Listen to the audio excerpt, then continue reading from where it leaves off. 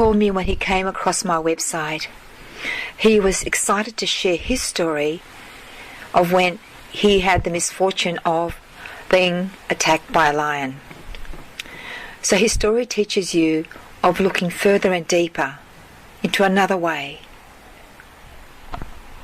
A true remark of knowing that there is more, and the value of seeking a second opinion and not believing when people tell you that there's all there is.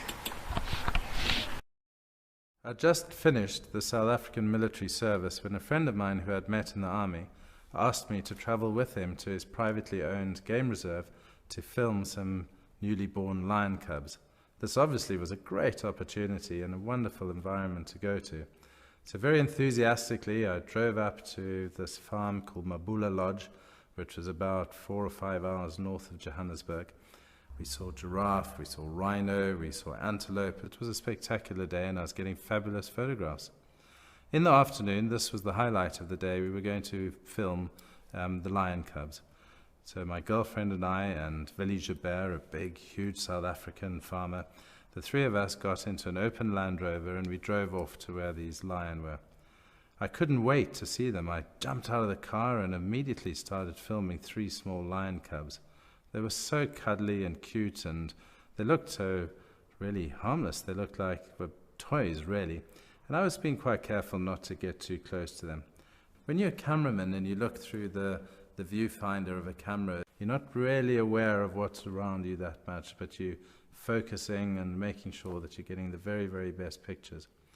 Well, suddenly, without any warning whatsoever, bang! I felt this extraordinary power hit me on my right hand. The camera went flying and my arm was pulled to one side and crunch! I looked and I couldn't believe it. A lioness right on the end of my arm, and her teeth, her first tooth went right through my arm there, bit this finger over here clean off, and her teeth went through that knuckle and broke the hand like a V.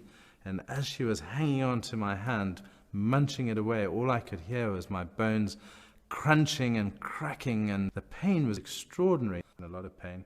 So by the time I actually got to the hospital, my whole feeling was here at last.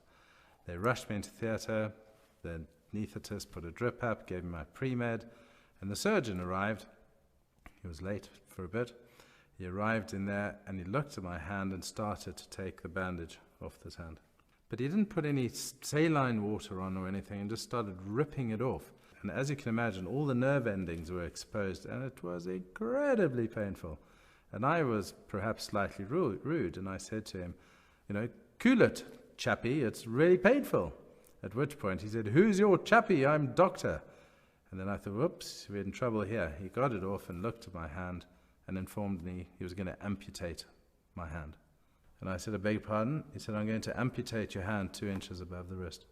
As a young 21-year-old cameraman, the idea of having no hand, let alone for anybody, but the fact that I needed my hand for my job, this was the worst news you could imagine.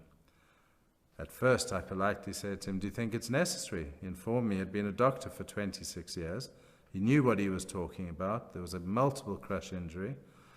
Infection had already set in. Gangrene had set in. And in order to save my arm, absolutely had to chop my hand off. Throw it away. I said, what? Is there anybody else that we could talk to? Could we have a second opinion? This is pretty radical.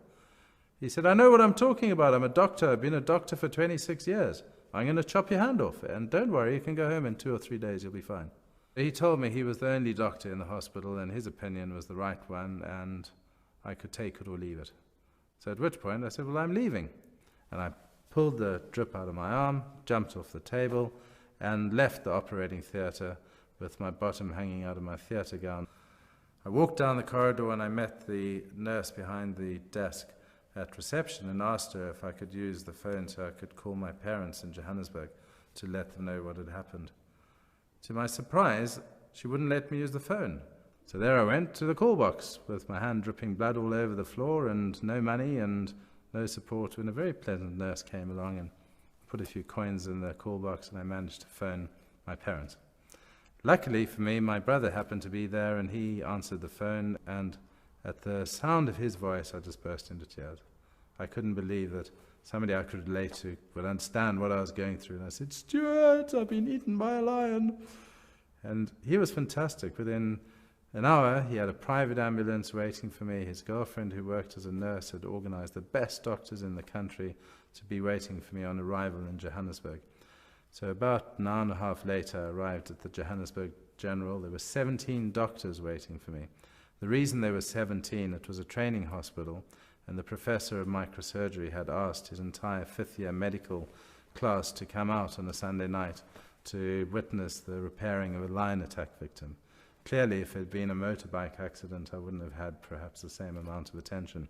But I was whisked into theatre, having first an x-ray, which was good, because the other people hadn't even bothered to do an x-ray, and then straight into the operating theatre. You can imagine 8 hours later when I woke. For that whole period, I couldn't use my right hand, so I learned to use my left hand. I played table tennis, learned how to shave, and became left-handed. Wrote thank you letters left-handed. And on one of my weekends out, I went and played football, and to my amazement, I kicked the ball left-footed. And then I started to think I'd actually become left-handed.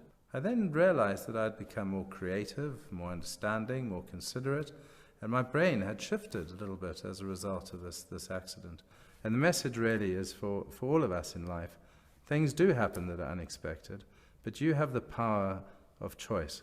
And if I'd just taken that doctor's first opinion, today I would have been leading a very, very different life. I would have one hand instead of two. And because I was able to ask for a second opinion and look for further professional advice, luckily for me, I made the right decision. For more about Kahuna and ancient cultures and to make your appointment, visit kalanihuna.com. Looking forward to supporting you in your health and well-being. Aloha.